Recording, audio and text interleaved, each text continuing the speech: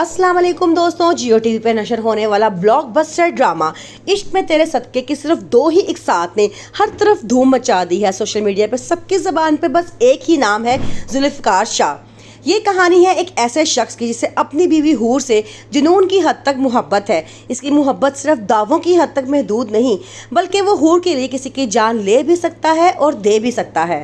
कहानी का असल मोड़ तब आता है जब जुल्फ़िकार शाह के वालिद ये जानते हुए भी कि वो शादीशुदा है और अपनी बीवी से बेपनाह मोहब्बत करता है, उसके लिए एक और लड़की पसंद कर लेते हैं और उनका हुक्म साफ होता है कि इस लड़की से शादी कर लो। लेकिन यहाँ जुल्फ़िकार शाह अपनी मोहब्बत के लिए सबके सामने डट जाता है और साफ इनकार करता है। यही वो लम्हा है जब ड्रामा असल शिद्दत इख्तियार कर लेता है। यहाँ तक कि जुल्फ़िकार शाह डायरेक्ट उस लड़की के पास पहुँच जाता है और जाके कहता है कि तुम जैसी 1000 लड़कियां मैं अपनी बीवी पे वार के फेंक दूं।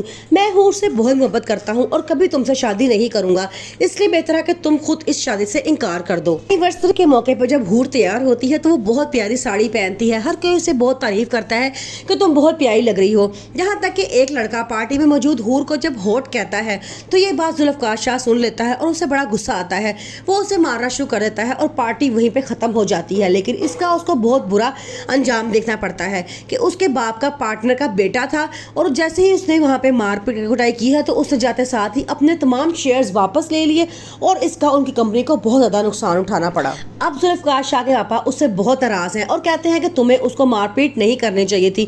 जिस पे वो आगे से कहता है कि अगर कोई भी लड़का मेरी बीवी की तरफ गंदी नज़र से देखेगा तो मैं उसकी आंखें निकाल के रख दूंगा, चाहे वो जितना मर्जी अहम इंसान क्यों ना हो। जबकि दूसरी तरफ नूर जो अपनी सौतेली माँ और उसकी 2 बहनों के साथ रहती है, सौतेली माँ उसके साथ बहुत जुल्म करती है, सारे घर के काम करवाती है।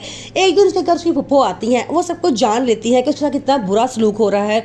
वो अपने भाई को बहुत समझा के जाती है कि हूर के साथ बहुत ज्यादती हो रही है, तुम्हें चाहिए कि तुम उसके साथ दिया करो। हूर को अपनी मामा का ड्रेस मिलता है, वो बहुत खुश होती है, उसे इस्त्री कर रही होती है पार्टी में पहन के जाने के लिए।